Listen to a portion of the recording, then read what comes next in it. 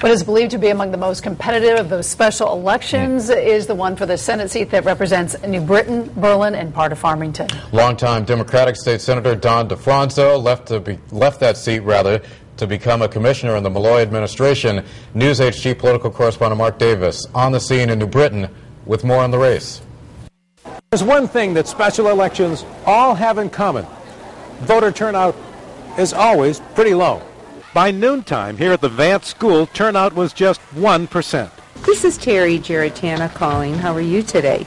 That's why Democrat Terry Geritana, a former state rep here, has spent up to 9 hours a day on the phone urging voters to come out today.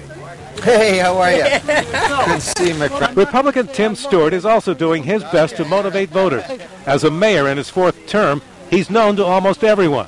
He thinks Governor Malloy's proposed tax hikes to solve the state budget crisis could affect how some people vote today. I think it potentially could be. I mean, I think the bigger issue really is that unemployment is so high. People are out of work, and jobs is the #1 issue on everybody's mind.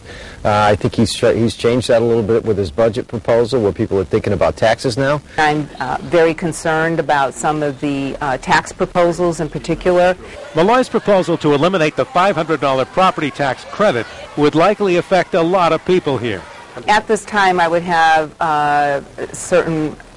very certain reservations on that. But this race is also becoming a referendum on the death penalty.